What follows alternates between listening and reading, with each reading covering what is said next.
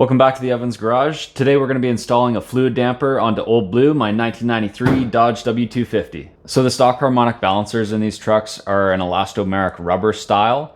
They degrade over time, and this truck's probably at the point where it needs to be replaced. We're upgrading to a viscous style harmonic balancer. They don't go bad over time. They have a wider range tunability band such that they can remove the vibrations in the engine over a wider RPM range. Compared to the stock balancers, all elastomeric balancers are kind of tuned to a certain RPM range, which that band is much more narrow. So this will really help with the vibrations. It's not something so much that you'll see and feel a performance upgrade. It's more of a durability and a lifespan upgrade for the engine.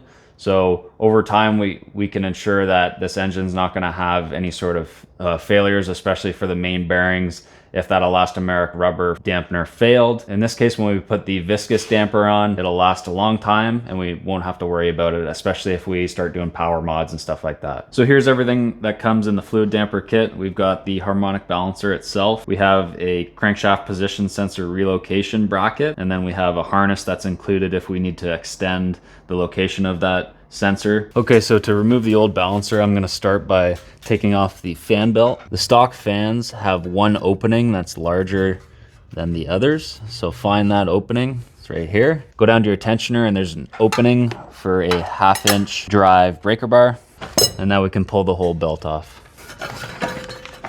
So I probably should have done this before I took the belt off, but I'm going to take the fan off next. So because I took the belt off, I'm just using this rubber strap wrench and an 1 7/16" wrench. I'm gonna turn the fan off clockwise. I've already broken it loose here. So the shroud and the fan come out at the same time. You just have to pull straight up.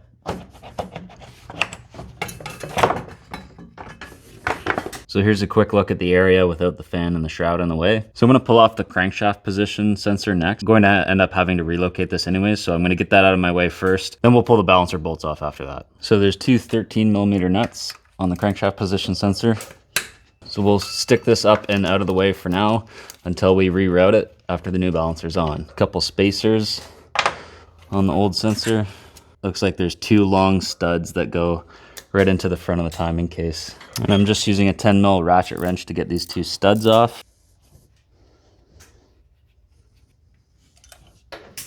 So here's the studs that came out of there. The new kit comes with all new mounting studs and hardware. So what I'm gonna do is I'm gonna cut both of these extension pieces of the studs off so I can still reuse the backs of these as bolts in the front of the timing case. Because this is an automatic truck, I'm gonna need to use an engine barring tool. If you had a manual truck, you could just throw it in gear and keep the engine from cranking over, but I need to get onto the truck back onto the passenger side here. There's a plug on the front of the adapter plate. You stick this in there and a ratchet and hold the engine from turning over. Okay, so here's a quick look at the back.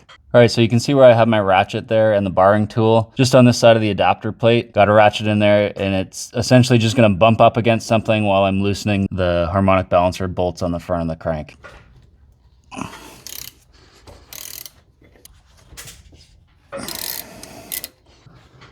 All right, all the bolts are off, and at this point, we can see if we can pull this balancer off.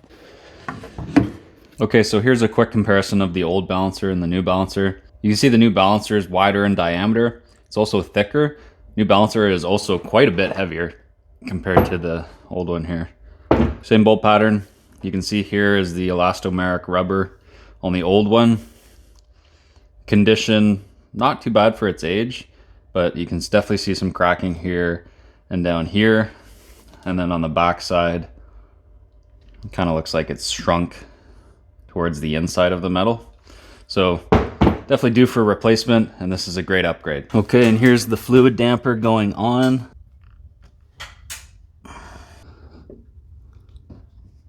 There we go.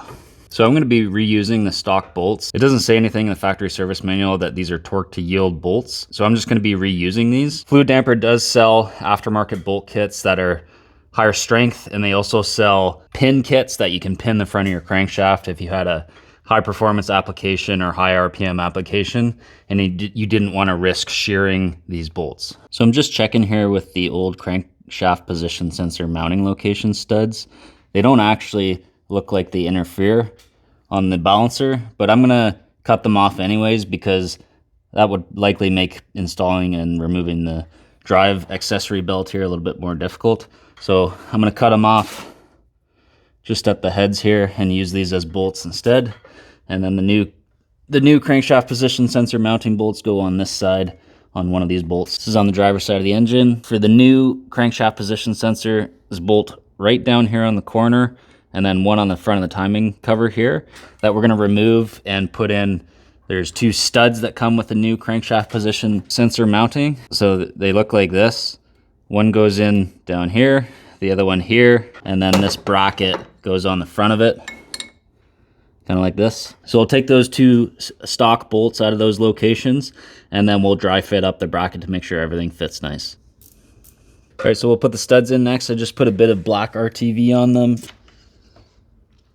I'm gonna take a torque wrench and tighten those two studs down to 18 foot-pounds or 216 inch-pounds. This is a 19 mil socket, by the way, for these new ones. And we'll get these two bolts started. It just goes on like this according to the instruction manual. So you can see this whole thing can slide up and down in these two grooves that are in there. So we can adjust our crankshaft position sensor a little bit with that too. So I'm gonna reposition the stock crankshaft position sensor wire. There might be a couple of brackets for the harness on the front of the cylinder head or the engine block. Take them off and then reroute it to the driver's side of the engine.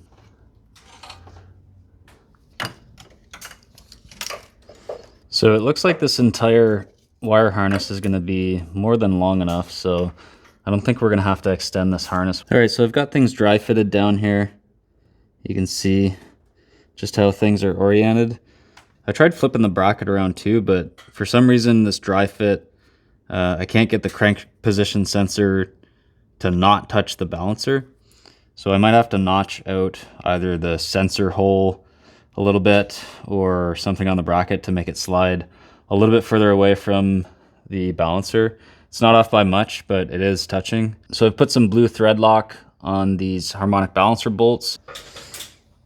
Barring tool set up on the back so I can tighten these without the balancer rotating over. These get tightened down to 92 foot-pounds.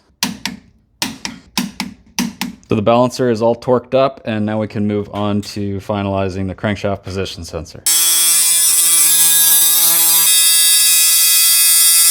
All right, so reviewing more of what I've done here. Here's a final look at the crankshaft position sensor.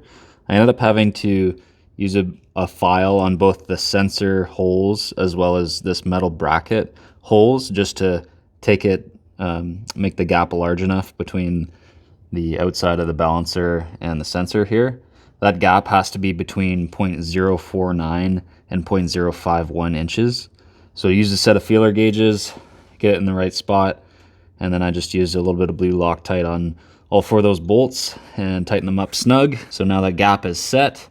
And then you can see here, I used just two clamps there from the other side of the engine to mount it up on the timing cover and make sure that the wire harness is out of the way. So here's a final look at the crankshaft position sensor wiring, and then there's a final look at the installed balancer from the front. And one more thing to note as well, just because of the way the crankshaft position sensor is routed now, whenever you take off and put on a fan belt, you have to move the crankshaft position sensor, unfortunately. So I had to put the belt on and then put the crank position sensor on and set the gap. So each time you take off and put on that fan belt, you're going to have to reset the sensor gap between the balancer and the sensor. And then finally, these two studs from the old crank position sensor, I cut them off and reinstalled them. I put a bit of black RTV on there and torqued those down to 18 foot-pounds. The only other struggles I've heard with guys installing these kits on first gens is the fans hitting. So the fan might hit the front of the balancer. I'll get the fan on here and take a look, but a couple of solutions that you can do. One is put like a washer spacer before you put the fan on here. So in the backside of the nut, basically, before you thread the fan on. Or the way that the fan mounts to the fan clutch itself, I think you can cut that so it sits a bit deeper and essentially the fan moves forward a bit. All right, so you can see here I have the fan partially threaded on. It's still got a bit to go, but it's hitting the front face of that balancer. You can kind of hear it. So this gap essentially is what I need to take up in order for it to not hit. So I'm gonna see if I can get a spacer, probably a washer or two in there behind that nut. All right, so I've got a couple large washers behind there now. You can see the fan clears no problem. All right, here goes the first test fire.